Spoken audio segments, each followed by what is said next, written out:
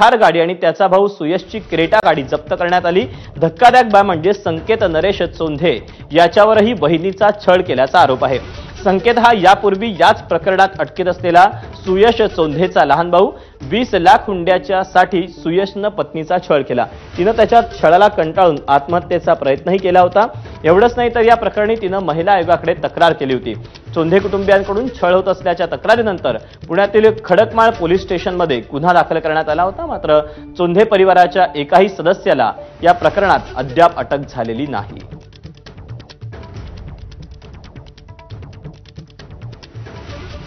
तुझा नवरा म्हणजे चोंधे आणि हगवणे हे कुटुंब काय संबंध आहे त्यांचे? म्हणजे तुमची ठार गाडी त्यांना पळून जाण्यासाठी दिली होती, फरार होण्यासाठी? मैत्री संबंध आहेत त्यांचे आणि मी 2 नोव्हेंबर पासून इकडे आहे, त्यामुळे एवढं मला तिकडची कल्पना नाहीये, पण त्यांचे मैत्री संबंध आहेत ते। सुयश नरेश चोंधेला धनश्रीच्या कुटुंबानं किती हुंडा दिला होता आपण ते पाहूया।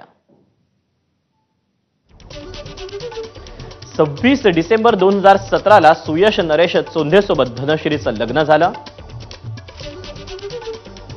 हुंड्यात धनश्रीच्या कुटुंबाकडून 15 तोळे सोनं घेण्यात आलं। लग्नात व्यवस्थित मानपान न झाल्यानं काही महिन्यातच धनश्रीचा छळ मांडला गेला। गरोदर राहिल्यावर गर्भलिंग निदान चाचणीसाठी सासरच्यांकडून दबाव आणला गेला। धनश्रीनं गर्भलिंग निदान चाचणीला विरोध केल्यानं आणखी छळ केला गेला। 14 सप्टेंबर 2018ला धनश्रीला मुलगी झाल्यानं सासरच्यांकडून तिचा मानसिक छळ झाला। 2 महिन्यांनी धनश्री लहान मुलीसह सासरी गेली असता पुन्हा पैशांसाठी छळ सुरू झाला। धनश्रीच्या माहेरच्यांनी चोंधेला 7 लाख रुपये दिले। पैसे देऊनही छळ न थांबल्यानं नवरा सुयश नरेश चोंधे विरोधात तक्रार दाखल करण्यात आली। सासू सासरे आणि दिराविरोधातही तक्रार करण्यात आली। हगवणेनं पळून जाण्यासाठी वापरलेली थार गाडी दीर संकेत नरेश चोंधेच्याच मालकीची आहे।